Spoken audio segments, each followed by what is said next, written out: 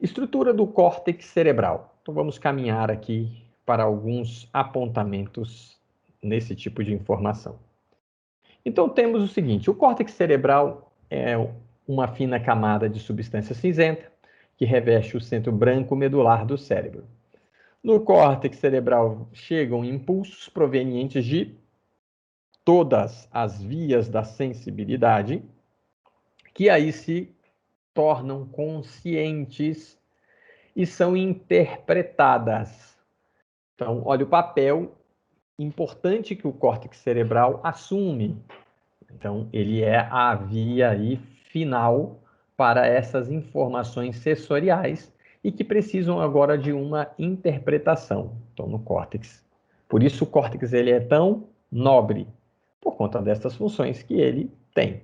Então, do córtex, nós também sabemos que saem impulsos nervosos que vão iniciar, né, que iniciam e comandam os movimentos voluntários, e com eles estão relacionados os fenômenos também psíquicos. Então, o córtex vai ter este papel também. Por essa razão, traumatismos crânioencefálicos têm uma repercussão tão grave, né? Tão limitante, trazem limitações importantes para as suas vítimas. Exatamente por isso, dependendo da região, esse trauma vai ter uma menor repercussão psíquica, né? Mas de ordem, ele pode ficar assim mais uma questão sensorial ou mais motora. Mas, como nós vamos ver, as áreas psíquicas precisam de informações multimodais, né? Então, de várias modalidades sensoriais e também modalidades motoras para que se expresse assim um comportamento, né? Nós vamos ver aí que estas lesões crânioencefálicas têm uma repercussão grave exatamente por conta das lesões no córtex. Diante disso, fala-se o quê? Que o córtex possui, então, o comando motor, o efetuador, a interpretação sensitiva e o psiquismo. Esses três pontos aí vinculados. Em relação a camadas, o córtex, ele, na sua maior parte, 90% do córtex cerebral, a gente diz que trata-se de um isocórtex. Isso significa dizer que este córtex, ele possui, é possível distinguir nele 6 camadas, ok? É possível distinguir em 6 camadas. Uma primeira camada, a mais superficial dela, chamada de camada molecular, uma segunda camada chamada de granular externa, depois uma piramidal externa, depois uma granular interna, depois uma piramidal interna e, por fim, a mais profunda delas, a chamada fusiforme. Diante disso, tem-se o seguinte: quais são essas características que cada uma dessas camadas tem? Bom, os estudiosos conseguiram mapear e observar que a molecular possui fibras de direção horizontal. Ela vai fazer essa interconexão entre diferentes níveis, né? Sobretudo esses níveis aí moleculares, fazendo essa associação de informações. Granular externa e interna. Estabelecem conexões com neurônios das camadas vizinhas. Então, elas têm esse papel aí de interneurônio. Estabelece conexões com os neurônios das camadas vizinhas. Elas são a principal, né? O principal interneurônio cortical. Veremos também que vai estar relacionado à recepção das informações que chegam até o córtex cerebral e fazem exatamente esta interconexão para melhorar o processo de interpretação das informações. Em relação à piramidal externa e à piramidal interna, tem-se que tem direção descendente e, em geral, ganha a substância branca como fibras eferentes do córtex. Então, são as principais áreas aí também de projeção. A fusiforme possui um axônio de neurônios também descendentes que penetram no centro branco medular, sendo, pois, células também efetuadoras. Vão se projetar, sobretudo, para o tálamo. Assim, temos que a camada granular, especialmente aqui a interna, está relacionado como a principal zona no córtex para a recepção das informações que foram projetadas para o córtex. Segundo, a gente tem aqui que a piramidal interna Trata-se da camada efetuadora de projeção para onde? Para o tronco cerebral, para o tronco encefálico e para a medula espinhal. E a fusiforme efetuadora para projeção até o tálamo. Sempre é bom a gente lembrar que esta comunicação entre córtex e tálamo dá-se por questões recíprocas, ou seja, em via de mão dupla. Aí nós temos o seguinte, esse córtex cerebral, ele pode ser classificado segundo estes entendimentos aqui, segundo um raciocínio mais anatômico, um mais estrutural, cito-arquitetural, né? Cito-arquitetural, filogenético e funcional. Assim, temos que a classificação anatômica do córtex baseia-se na divisão dos cérebros em sulcos, giros e lobos. Sulcos, giros e lobos. É o que nós estamos enxergando aqui, né? Nós temos nessa face, o telencéfalo, né, vai possuir aí 3 grandes faces. Uma face dorsolateral, que é esta que a gente está enxergando aqui. Uma face medial, que é esta que nós estamos enxergando, onde eu consigo observar o corpo caloso, o fórnix, o septo pelúcido e áreas aqui vinculadas ao diencéfalo, né, a região do tálamo e hipotálamo e outras estruturas.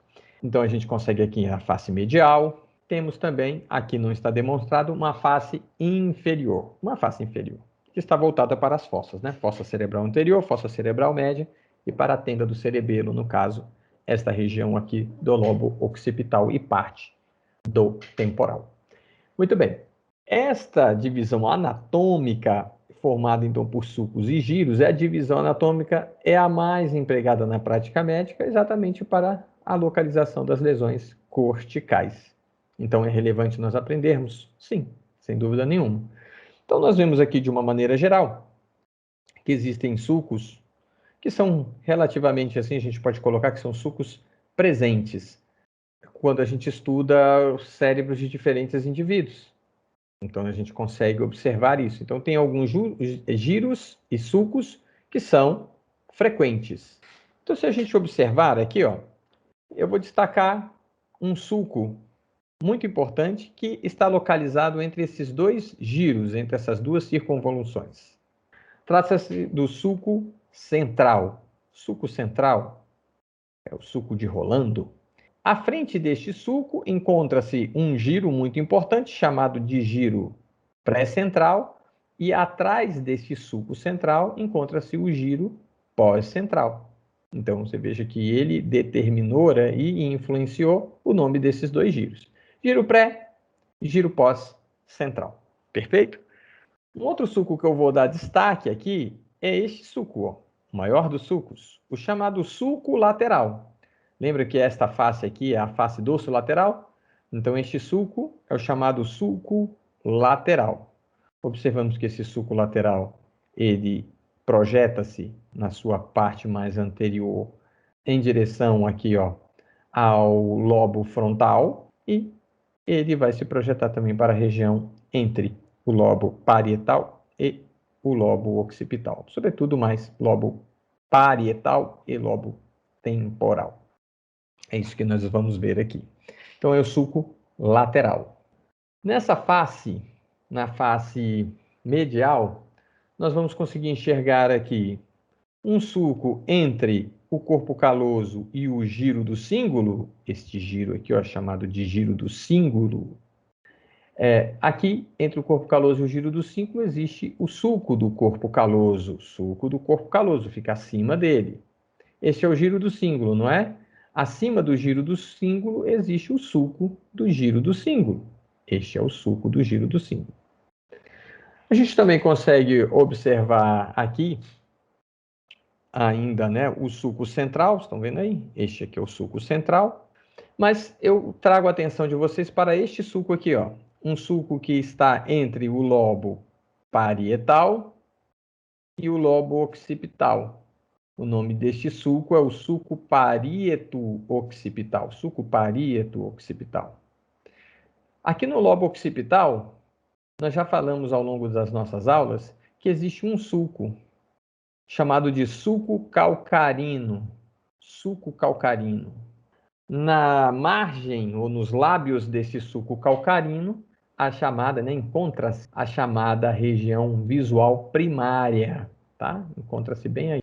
Além disso, nós estamos vendo que ao longo do telencéfalo e dos seus lobos telencefálicos, nós observamos vários giros. Na face dorsolateral, em relação ao chamado lobo frontal, que encontra-se à frente do sulco central, encontra-se o lobo frontal. Então, este sulco faz exatamente, delimita o lobo frontal do lobo parietal. Então, à frente aqui do sulco central, já mencionei um dos seus giros, o giro chamado de giro pré-central. A gente consegue observar também um giro, 1, 2, 3 giros. O giro frontal superior, o giro frontal médio e um giro frontal inferior. Este é o giro frontal inferior. Então, nós conseguimos observar isso. Atrás do sulco central, nós já observamos o lobo parietal. No lobo parietal, nós conseguimos observar aqui um giro chamado giro pós-central. Logo aqui, superiormente, encontramos um chamado lóbulo parietal superior. Este aqui, lóbulo parietal superior. E o lóbulo, não lobo, mas lóbulo, um lobo menor, né? Lóbulo parietal inferior. Conseguimos enxergar também um giro que está associado tanto ao lobo parietal quanto ao lobo temporal, que é o chamado giro supramarginal. Giro supramarginal. Veja aqui, ao final do sulco lateral, existe um giro, ó, margeando. Então, este sulco é o chamado sulco supramarginal, que é este aqui. Veja que aqui eu também observo, projetando-se aqui, como se fosse o final, do giro temporal superior, do giro temporal médio, e acima deles, do lóbulo parietal inferior, a gente observa aqui um giro, ó, o chamado giro angular. Este é o giro angular. Observamos já na região temporal 3 giros. Já mencionei o primeiro deles, o giro temporal superior, o giro temporal médio e o giro temporal inferior. A gente consegue, apesar da imagem aqui não mostrar, mas existe aqui, ó, profundamente ao sulco lateral, existe um giro, um pequeno giro aqui na região do temporal, né, associado aí ao giro temporal superior, um chamado giro transverso. Dito esses pontos, avançamos. Aqui, numa vista medial, nós enxergamos o giro frontal superior, ok? Já vimos isso. Já falei do giro do cíngulo. A gente observa que, a partir do sulco central para frente, já sei que é lobo parietal, aqui nós encontramos o lóbulo parietal, né, que é o que a gente está enxergando aqui, o chamado lóbulo parietal, voltado mais aí ao superior, né? E aqui a gente enxerga o chamado pré-cúneus. Pré-cúneo. Este aqui é o pré-cúneo. O pré-cúneo encontra-se exatamente, né, posteriormente ao sulco parieto occipital. Este é o pré-cúneo. A partir do sulco parieto occipital, a gente já adentra na região aí de lobo occipital. Então, entre o sulco parieto occipital e o sulco calcarino, observamos a região chamada de cúneo, por conta do seu formato. Numa vista agora inferior e medial, nós enxergamos ainda o seguinte: esse aqui não é o giro do cíngulo? Observe que o giro do cíngulo tem um estreitamento. E esse estreitamento nós chamamos de istmo do giro do cíngulo. Istmo do giro do cíngulo. Observamos que existe também, aqui, a continuidade desse giro do cíngulo vai dar origem ao chamado giro parahipocampal. E que o final desse giro parahipocampal, né, a gente consegue enxergar uma estrutura, uma projeção do lobo temporal, chamada de uncus. Uncus.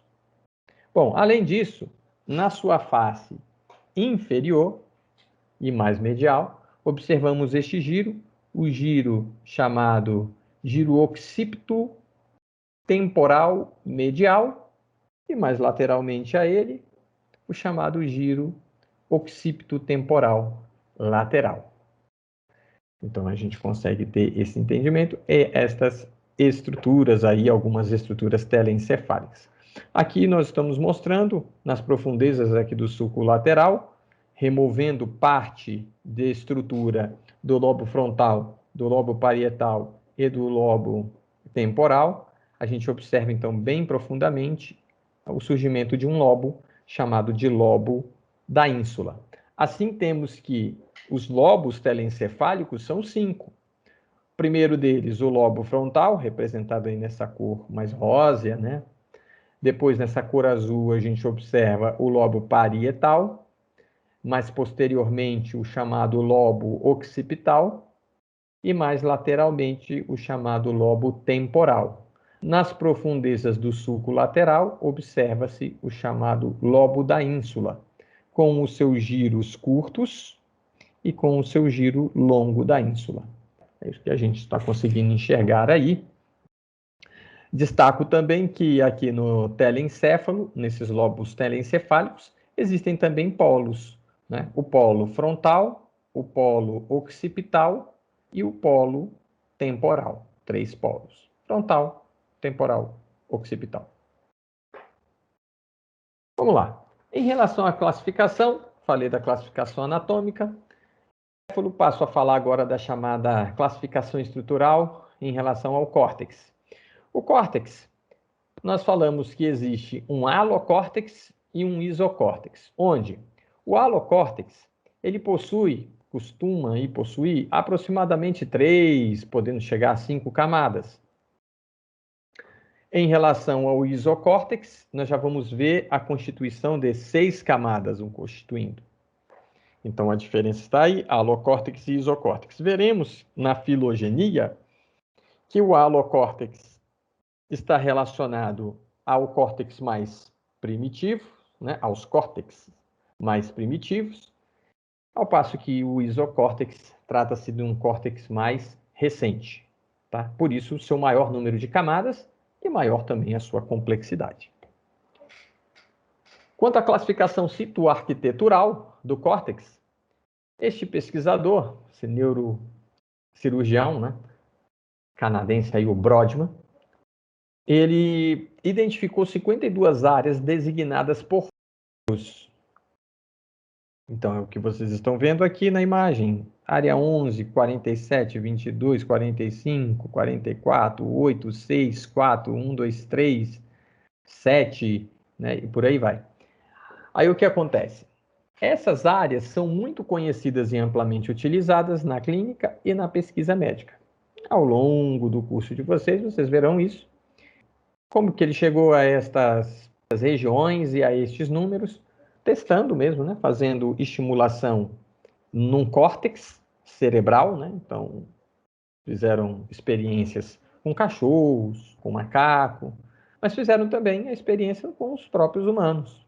Então, onde, ao estimular áreas específicas do córtex, o sujeito relatava experiências, sentimentos, né? Então, sensibilidades, manifestava também a fala mesmo de sentimentos, ou seja, um aspecto mais da sua psique, lembrando memórias diversas, e também manifestava a presença de movimentos específicos em regiões específicas, como movimentação da musculatura do membro inferior, do membro superior, da face, do tronco, em tarefas voltadas ao pensamento para o movimento e assim por diante. Então, estas áreas foram mapeadas e isso torna-se útil para referência no momento, por exemplo, de uma ressecção cirúrgica, né?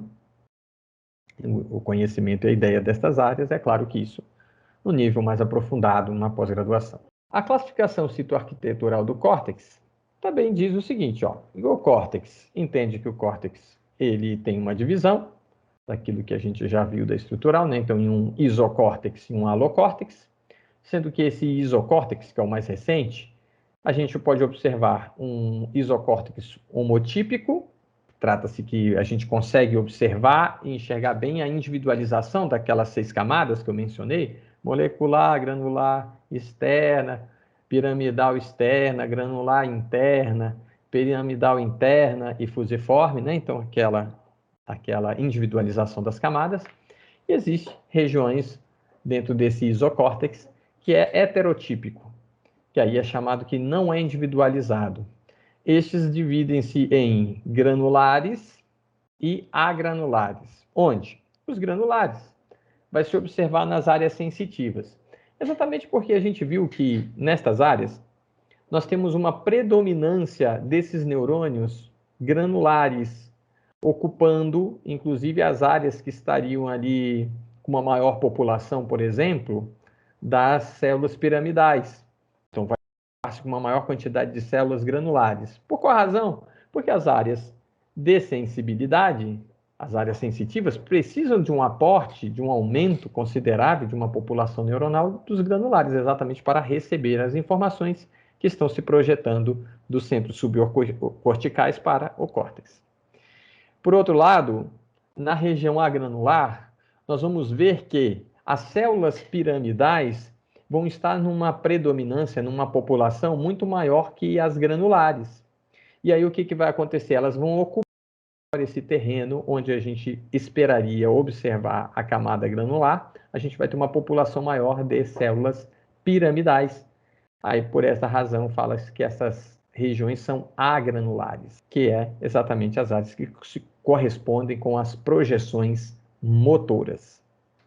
Quanto à classificação filogenética, então do desenvolvimento do córtex, entende-se que o córtex ele é formado por um arquicórtex, paleocórtex e o chamado neocórtex. Então é o seguinte, o arquicórtex e o paleocórtex estão relacionados com aquele número de camadas que a gente viu, né, com o alocórtex, ou seja, com aquele córtex, o alocórtex, é um córtex onde a gente vai observar uma variação de camadas, em média de 3 camadas, podendo isso ser variável, né, podendo chegar até a 5, por exemplo. Então, trata-se então de áreas mais primitivas. Já o neocórtex, como eu já mencionei, ocupa, dada a extensão do córtex cerebral, ele ocupa 90% desta área cortical. E ele apresenta aquelas 6 camadas que é mais fácil da gente conseguir observar essa sistematização.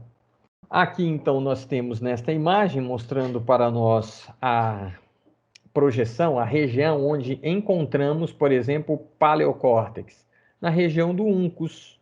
Esta é a região do uncus. Fica bem no lobo temporal, na sua face medial. Então, uncus. E o arquicórtex, o córtex mais primitivo? Nesta região aqui, ó. Nesta região onde a gente vai observar o chamado hipocampo. Essa aqui é uma estrutura do hipocampo chamado de giro denteado. Teríamos aqui ainda as fímbrias, né? Hipocampais, o giro denteado. Aqui mais acima encontra-se o fórnix, como nós sabemos. As suas porções de perna, o seu corpo e depois as colunas, ligando-se aqui, ó, por exemplo, com o corpo mamilar. Bom, mas não vem ao caso. Então aqui nós estamos vendo o arquicórtex na presença aqui do hipocampo. O hipocampo encontra-se onde? Observe aqui o detalhe da imagem. Eu falei para vocês que esse aqui é o giro do cíngulo, perfeito? O giro do cíngulo, istmo do giro do cíngulo. Aí a gente chega onde? A gente chega no chamado giro para-hipocampal. Giro para-hipocampal. Este aqui é o giro para-hipocampal. E aí o que nós vamos observar? Mais profundamente ao giro para-hipocampal, quando se afasta aqui, a gente observa uma das porções do hipocampo, que trata-se do giro denteado, as próprias fímbrias e os cornos aí de Hammond, que não estão aqui demonstrados nesta imagem. Então é isso que nós temos. Só para deixar também claro, nesta imagem, a imagem do Netter, né?